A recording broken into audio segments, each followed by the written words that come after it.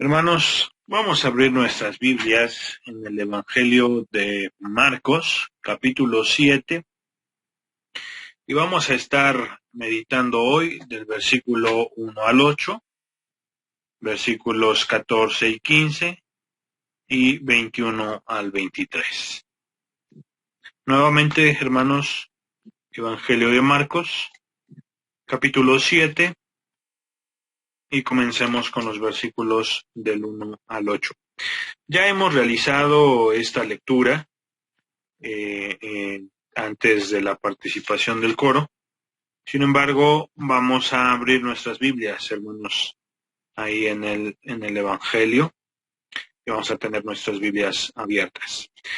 El título de nuestro sermón es Iglesia, recuerda tu ministerio. Para recordar nuestro ministerio, es importante mencionar por qué somos una iglesia. Se ha entendido iglesia de repente como la institución, se ha entendido también la iglesia como los edificios, se ha entendido la iglesia a veces también como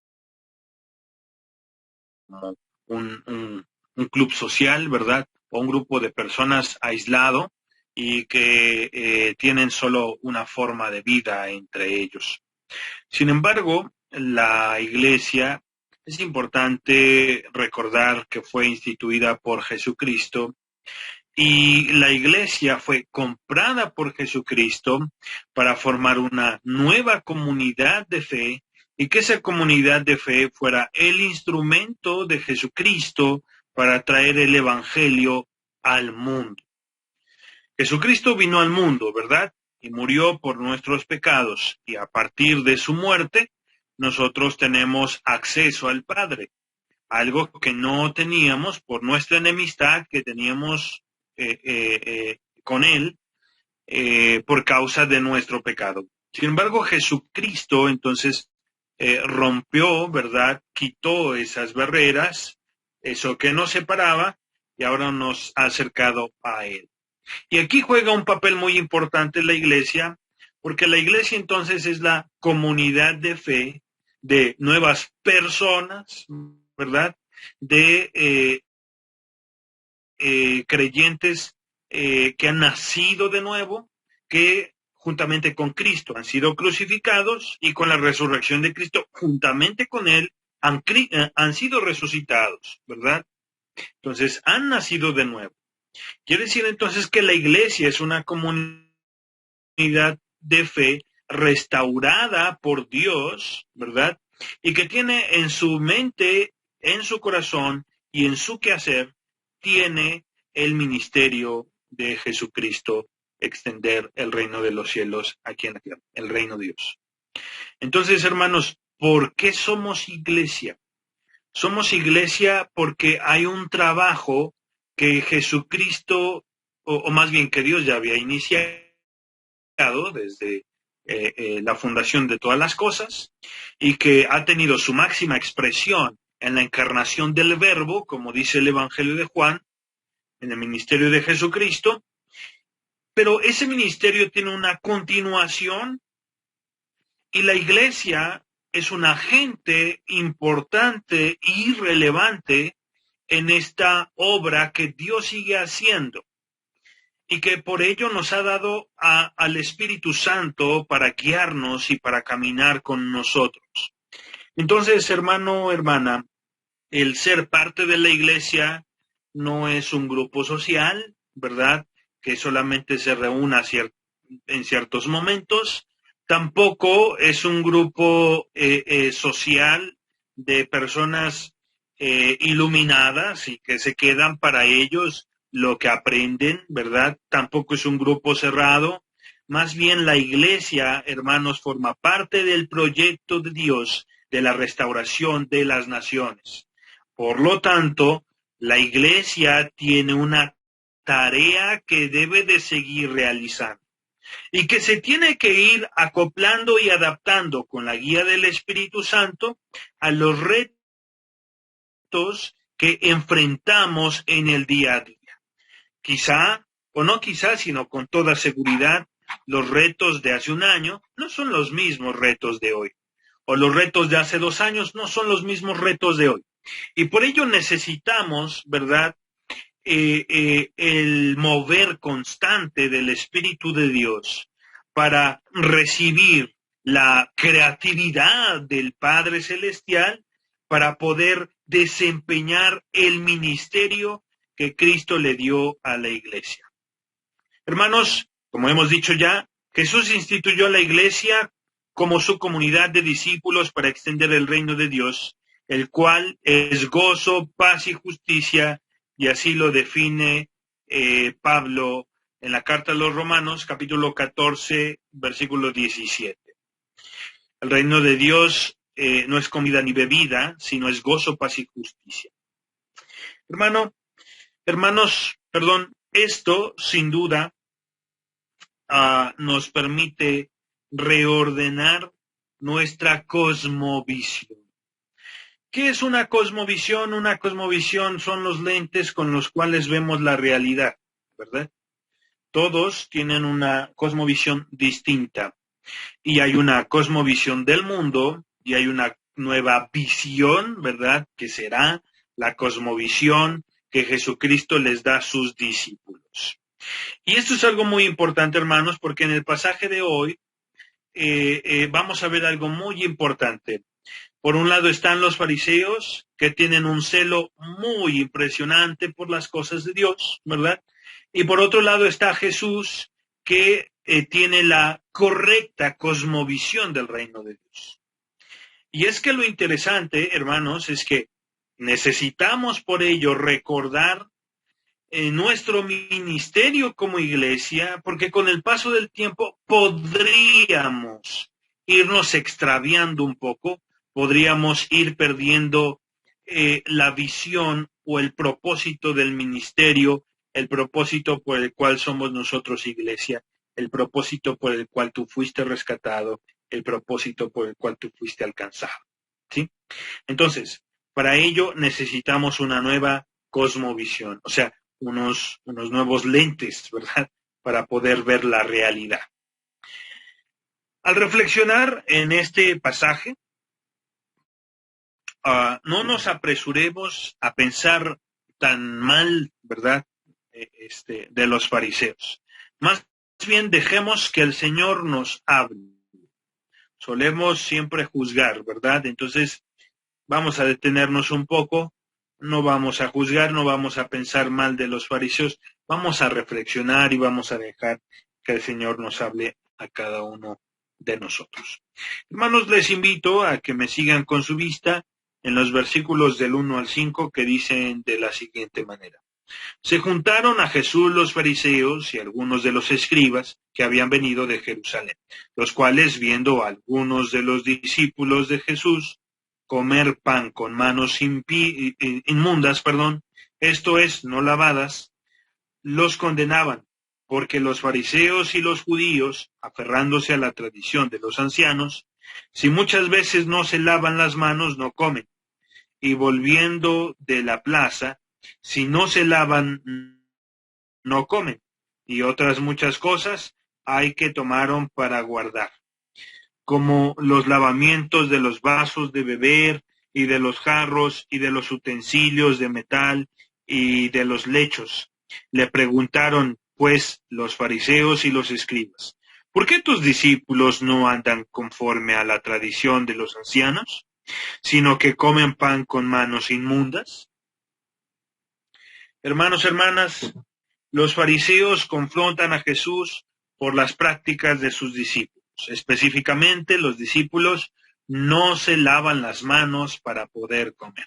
Y esto no era con una finalidad de higiene, sino más bien con un fin ritual.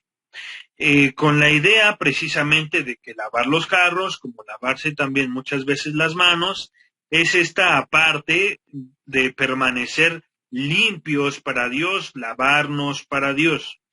En el caso específico, al momento de comer, se lavaban mucho las manos para no tener las manos impías, las manos impuras, que en un principio el propósito era, bueno, pues sí, quitar las manchas de las manos, pero después se convirtió el lavado de las manos como un fin en sí mismo, ¿sí? De tal manera que alguien que no se lavaba las manos ya estaba incurriendo en una falta de acuerdo a la tradición de los ancianos, no de acuerdo a la ley de Dios. Ahora, algo que quiero mencionar, hermanos, es que el pueblo de Israel escribió interpretaciones de la ley, como la Mishnah, ¿verdad? Que es una interpretación de la ley. Por ejemplo, no sé, desatar el asno representaba, o más bien, trabajar, ¿verdad? No era correcto en el día sábado. Ahora, ¿qué representa trabajar? Tengo unos asnitos, unos asnos, los tengo que desatar para llevarlos a pastar. Bueno, como es una necesidad, cada cuántos pasos representa un trabajo y hasta cuántos pasos está permitido que los pueda llevar a pastar. Cosas por el estilo, ¿no? Entonces, es una reinterpretación de la ley de Dios y a eso se le conoce como la tradición de los padres o de los ancianos, y a ello es a lo cual están aludiendo los fariseos y están confrontando a Jesús porque sus discípulos no se lavan las manos. Hermanos, hermanas, aquí podríamos reflexionar en asuntos muy complicados. Para ello es importante hablar del origen de los fariseos y su celo por la ley y por la tradición. ¿En qué momento surgieron los fariseos? Los fariseos surgieron después del exilio de Babilonia. Es un grupo, entonces, que al ver experimentado y vivido el exilio, y que el exilio fue por causa de la infidelidad del pueblo, entonces comienza el grupo o la secta de fariseos, surge con la idea de guardarse para Dios, ¿sí? Cometimos un error muy, muy grande, que fue transgredir la ley de Dios. Nos apartamos de nuestro Dios. Entonces, a partir de ahora ya aprendimos y nos vamos a guardar de una forma muy celosa, ¿verdad? Y como parte de este movimiento fariseo, que precisamente era el grupo más grande en los tiempos de Jesús, por encima de algunos otros que existían, este grupo, ¿verdad?, comenzó a ser un grupo cerrado. ¿Por qué? Porque quería mantenerse en santidad para Dios. Y la intención, hermanos, no era mala. La intención no era incorrecta, todo lo contrario. Ellos trataban de aprender de los errores del pasado. El gran problema es que la tradición y la rigidez comenzó a ser un fin en sí mismo. De tal manera que comenzaron a perder, ¿verdad? Comenzaron a perder esa sensibilidad de la voz y del mover de Dios. Por ello es que Jesús ejercía su ministerio y no lo reconocían como el Hijo de Dios, como el Mesías. ¿Por qué? Porque estaban en una rigidez religiosa, ¿sí? Y tengamos mucho cuidado, hermanos, hermanas, porque a veces nuestras intenciones de permanecer puros para Dios en realidad no están mal. Sin embargo, podríamos llegar a perder la visión. Ahora, tampoco nos vayamos al otro extremo, ¿no?, de entrarle a todo. En realidad nos tenemos que mantener en santidad, apartados para Dios. Eso significa vivir en santidad, es vivir apartado para Dios. Entonces, eso es correcto y debemos de hacerlo. Sin embargo, hermanos, hermanas, los fariseos habían caído en una rigidez tan fuerte que los cegaba, ¿sí?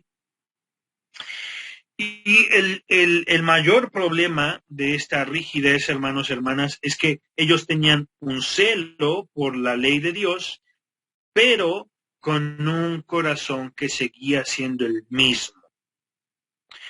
Por ello, hermanos, como hemos dicho ya, su intención no es mala, ¿verdad? Su intención es simple y sencillamente no contaminarse. El problema es que siguen con los mismos rudimentos, siguen con las mismas ideas de este mundo. Y es lo que vamos a ver ahorita en los siguientes versículos. Versículos del 6 al 9. Dicen de la siguiente manera. Respondiendo él les dijo: hipócritas, bien profetizó de vosotros Isaías, como está escrito: este pueblo de labios me honra, mas su corazón está lejos de mí. Y ahí está el gran problema, hermanos. La intención de mantenerse en santidad no está mal. El problema es la hipocresía. El problema, hermanos, hermanas, es que nosotros podemos honrar a Dios con nuestros labios, pero el corazón podría estar muy lejos de Dios. Ahora, ¿qué necesitamos entonces para nosotros poder tener una verdadera comunión con el Señor? ¿Qué necesitamos nosotros entonces para honrar y guardarnos verdaderamente para el Señor? Lo que necesitamos es un nuevo corazón. Y cuando tenemos un nuevo corazón, vamos a retomar una de las palabras que mencioné al principio, cuando el Señor nos da un nuevo corazón, comenzamos a tener una nueva cosmovisión. Quiere decir entonces que comenzamos a ver a las personas de distinta manera, comenzamos a ver, ¿verdad?, las cosas, incluso la vida, de una forma completamente transformada por el Señor. Versículo 7. Pues en vano me honran enseñando como doctrinas mandamientos de hombres. Simple y sencillamente, hermanos, en realidad no está mal si de repente ponemos ciertas restricciones con la finalidad de permanecer en el camino del Señor, de permanecer en la santidad. El detalle está cuando estas doctrinas de hombres se equiparan a la ley de Dios, a la palabra de Dios, y comenzamos a ver nuestras propias cosmovisiones, nuestras propias ideas, las comenzamos a ver casi como divinas e inspiradas, cuando en realidad no es así. Versículo número 8. Porque dejando el mandamiento de Dios, os aferráis a la tradición de los hombres, los lavamientos de los jarros y de los vasos de beber, y hacéis otras muchas cosas semejantes. Entonces, como decía, hermanos, el problema está cuando esas restricciones las equiparamos a la ley de Dios, o, como vemos aquí en el versículo número 8, incluso se invalidan ciertas cosas con tal de sostener ahora nuestras enseñanzas y nuestras doctrinas. Entonces, por eso Jesús los llama hipócritas, ¿verdad? Porque ellos dejan el mandamiento de Dios y se aferran a sus propias tradiciones. Y es que cuando se aferran a sus tradiciones, va a haber siempre exclusión y va a haber siempre un grupo cerrado. Aquel que no piensa como yo, lo hacemos a un lado. Aquel que no vive de acuerdo a mis ideas, entonces hacemos un grupo cerrado y comenzamos a excluir. Cuando en realidad, hermanos, hermanas, vimos nosotros hace 8 días, cuando los discípulos comienzan a dejar a Jesús porque veían lo difícil que era seguirlo, y se voltea a Jesús con los 12 y les dice: ¿alguien más? ¿No? En realidad el Evangelio no excluye a nadie, ¿sí? Sino más bien caminando en el Evangelio, solitos se van a excluir, solitos van a decir: híjole, es difícil, ¿no? O, ay, no quiero o no puedo. Solitos se van a excluir. En realidad, la salvación es para todos y Jesucristo murió por todos. Sin embargo, no todos le van a querer seguir y solitos se van a excluir. ¿Por qué? Porque ser cristiano, ser discípulo, tiene un precio. ¿No nos costó a nosotros la vida? No. ¿No nos costó a nosotros nuestras justicias? Tampoco. Fue la vida de Jesucristo, pero sí lo que cuesta es permanecer, como veíamos hace 8 días. Entonces, hermanos, hermanas, cuando nosotros no tenemos un nuevo corazón, vamos a comenzar a excluir o a invalidar ciertas cosas de la palabra de Dios con tal de sostener nuestras propias doctrinas, nuestros propios mandamientos y nuestras propias ideas. Y entonces, vamos a ver lo que dice el versículo número 10. Porque Moisés dijo: honra a tu padre y a tu madre, y el que maldiga al padre o a la madre muera irremisiblemente. pero vosotros decís, basta que diga un hombre al padre o a la madre, es Corban, que quiere decir mi ofrenda a Dios. Todo aquello con que pudiera ayudarte, y no le dejáis hacer más por su padre o por su madre, invalidando la palabra de Dios, con vuestra tradición que habéis transmitido, y muchas cosas hacéis semejantes a estas. Hermanos, hermanas, estos versículos no están puestos, ¿verdad?, como parte de los que leímos. Sin embargo, es preciso mencionarlos porque es parte del contexto del texto. ¿Qué está sucediendo? En realidad, los fariseos son muy celosos de las tradiciones de los ancianos y de los padres. Sin embargo, no son celosos con un mandato muy importante que era para el pueblo de Dios. Y ese mandamiento era honrar a los padres, honrar a los ancianos. Lo hemos entendido hoy, honrar como respetar. Y sí, está bien. Pero el contexto del texto se refiere en realidad a honrar, pues si ves que tus viejos, ¿verdad? Que tus padres, precisamente ayer celebramos el Día del Abuelo y al final vamos a orar por ellos, pero si no tiene el sustento necesario y ves que necesita ayuda, ayúdale, ¿sí? Son tus padres. Y de esa forma tú los estás honrando, según la connotación del Evangelio de Marcos, ¿sí? No son mis ideas. Es según el contexto del Evangelio de Marcos. Hazte cargo de tus ancianos, ¿verdad? No los dejes. Y si tienen la economía porque tienen una buena jubilación, bueno, es atenderlos de alguna otra forma, ¿sí? Pero estar con tus ancianos. Pero aquí específicamente en Marcos se refería a la economía, ¿sí? Entonces dice Jesús, son unos hipócritas. ¿Por qué? Porque se escandalizan, porque mis discípulos no se lavan las manos y le están faltando a la tradición de los padres y de los ancianos, cuando en realidad ustedes le están faltando a la ley de Dios. ¿Por qué? Porque le dicen a la gente, ¿sabes qué? Da un poquito más de ofrenda, no te preocupes. Dios se agrada y Dios no tiene ningún problema con que ese poquito dinero que tú tenías para apoyar a tus padres, lo des a la ofrenda. ¿Y quién se queda con las ofrendas? Pues nosotros, los fariseos, ¿no? Entonces, mira, no hay ningún problema. Tú da tus ofrendas. Y el Señor se agrada de eso. Cuando en realidad, hermanos, como tienen un mismo corazón que no ha sido transformado, aunque son muy celosos de la tradición o incluso muy celosos de las cosas de Dios, en realidad tienen un corazón completamente torcido y alejado de Dios. Hermano, hermana, es importante que como iglesia nosotros podamos analizar y repensar nuestro ministerio. Porque hemos puesto, ¿verdad?, mucha carga en muchas personas de cómo se debería de vivir la vida cristiana. Y nos llenamos la boca de decir, se debería de vivir de esta forma, debería de ser de esta otra manera. Y lo decimos constantemente y lo decimos con gargo, ¿verdad?, a otros, a muchos. Pero, ¿qué pasa con nuestro corazón?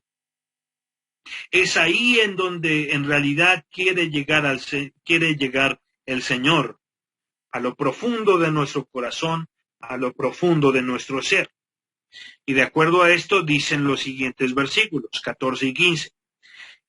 Y llamando así a toda la multitud, les dijo, oídme todos y entended. Nada hay fuera del hombre que entre en él que le pueda contaminar, pero lo que sale de él, esto es lo que contamina al hombre. Vamos a saltarnos hasta el versículo 21, 22 y 23.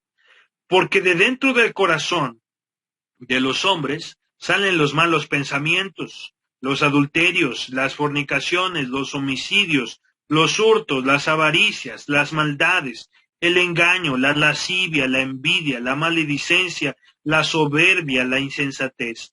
Todas estas maldades de dentro salen y contaminan al hombre. Hermanos, hermanas, es importante entonces que podamos dejar que el Señor obre en nuestro corazón. Porque cuando Él obra en nuestro corazón, nos da una nueva cosmovisión. Hoy en día, hermanos, vivimos en una cultura que honra lo que viene del corazón. Se nos dice, por ejemplo, deja que tu corazón hable. Decide de acuerdo a lo que tú sientas en tu corazón, ¿verdad? Es más, evaluamos las cosas de acuerdo a nuestro sentir del corazón. O haz las cosas con el corazón y cosas por el estilo, ¿verdad? De tal manera que la cultura de la actualidad simple y sencillamente hincha nuestro orgullo y nuestra individualidad y nuestro egocentrismo. Bueno, la individualidad no está mal, sino más bien el egocentrismo, ¿sí? Hincha nuestro egocentrismo de tal manera que el control se lo dejamos a los sentimientos, al sentir, también a los pensamientos, o simple y sencillamente se lo dejamos a lo que sentimos, como muchos podrían decir, a las corazonadas que tenemos, ¿no? Sin embargo, hermanos, hemos dejado de tener autocontrol. Y el autocontrol es algo verdadero e importante de permanecer en santidad para Dios, ¿sí? Ahora, hermanos, hermanas, nuestro corazón, de dónde vienen los malos pensamientos y las guerras, pues también vienen del corazón. Por ello necesitamos que la obra de Cristo sea completa en nuestra vida y en nuestro ser, para tener un nuevo corazón y ahora sí, a partir de ahí, ya no tener una religiosidad solamente de la fachada, solamente por afuera, sino que sea lo verdadero, que sea aquello que ve el Señor y en donde solamente el Señor puede obrar. Por ello, hermanos, repensemos entonces nuestro ministerio. Los fariseos, ¿verdad?, se la pasaban tratando de encontrar algo endeble en el ministerio de Jesús. Se la pasaban hostigando también a los discípulos de Jesús. Y los discípulos, hemos dicho, no eran solamente 12, era una comunidad de muchísimas personas, ¿sí? Sin embargo, hermanos, recuperar nuestro ministerio, el objetivo de nuestro ministerio, nos llevará entonces a ser agentes del reino de Dios. Y como parte de ser agentes del reino de Dios, comenzaremos a ver las necesidades de otros. Comenzaremos a conciliar, ¿verdad?, aquellas relaciones que han sido rotas, o aprenderemos incluso también a conciliar o a caminar juntos con otras comunidades cristianas, con otras comunidades cristianas, que en algunos momentos nos hemos separado por algunas pequeñas razones. Aprenderemos, por tanto, a ver lo esencial y lo real. Y lo esencial es simple y sencillamente que el reino de Dios se extienda, salvando a otros, trayendo a la libertad a otros, trayendo al pecador a los pies de Cristo, trayendo y predicando a otros para que se arrepientan y conozcan a Cristo Jesús y tengan un nuevo corazón, para que tengan así una nueva cosmovisión, y teniendo una nueva cosmovisión, una nueva sociedad es posible. Por ello, hermanos, recuperemos nuestro ministerio. Dejemos que el Espíritu de Dios nos redarguya. Dejemos lo no esencial por lo esencial. Desechemos aquello que nos divide y nos separa y que en realidad no tienen una trascendencia ni espiritual ni mucho menos eterna. Enfoquémonos en lo eterno. Enfoquémonos en llevar a cabo el propósito del Señor en este mundo, en esta tierra. Y pongamos nuestras manos a la obra, pongamos nuestras manos en acción, porque el mundo lo necesita, porque el mundo necesita la manifestación de los hijos de luz, de los hijos de Dios. Por ello, hermano, hermana, yo te invito a que el día de hoy dejes que la palabra del Señor te incomode y le digas al Señor, Señor, ¿qué puedo hacer? ¿Qué puedo hacer para seguir adelante con el ministerio que tú nos has dado como iglesia? ¿Qué puedo hacer, Señor, para trabajar para ti? Señor, quiero salir, ¿verdad?, de ser un cristiano que solamente se reúna en ciertos momentos. Quiero servirte, porque yo sé que al servirte, otros te conocerán y yo te conoceré de una forma más completa. Por ello, Señor, quiero servirte. Quiero servirte con amor, quiero servirte con entrega. Vamos a orar, hermanos. Bendito Dios. Es verdad que la iglesia militante tiene retos el día de hoy. Y en medio de esos retos, Señor, siempre tu Espíritu Santo nos inspirará y nos dará lo necesario para seguir adelante con el ministerio y con el extendimiento del reino de Dios. De tal manera, Señor, que si nosotros nos sentimos limitados, dejamos que tú obres, para que tú nos des, Señor, una visión completa para poder trabajar. Bendito Dios, aquí están nuestras manos, nuestros pies. Estamos confinados, es verdad, pero hay muchas otras cosas que podemos hacer. Padre, úrgenos, úrgenos a retomar el ministerio el ministerio como iglesia. Úrgenos, Señor, a retomar la misión, a retomar el evangelismo, a retomar el dar buen testimonio, pero no para que me vean a mí, sino para que te conozcan a ti. Úrgenos, Señor, a guardarnos en santidad, sí, pero para que te vean a ti, Señor, y no para que nos vean como un grupo aislado de unos cuantos hermanos o personas que dicen ser santos, pero que en realidad su corazón está completamente lejos de ti. Señor, convierte nuestro corazón y regrésalo a ti, Padre Santo. Te lo pedimos humildemente y de una forma encarecida. En el nombre de Cristo Jesús.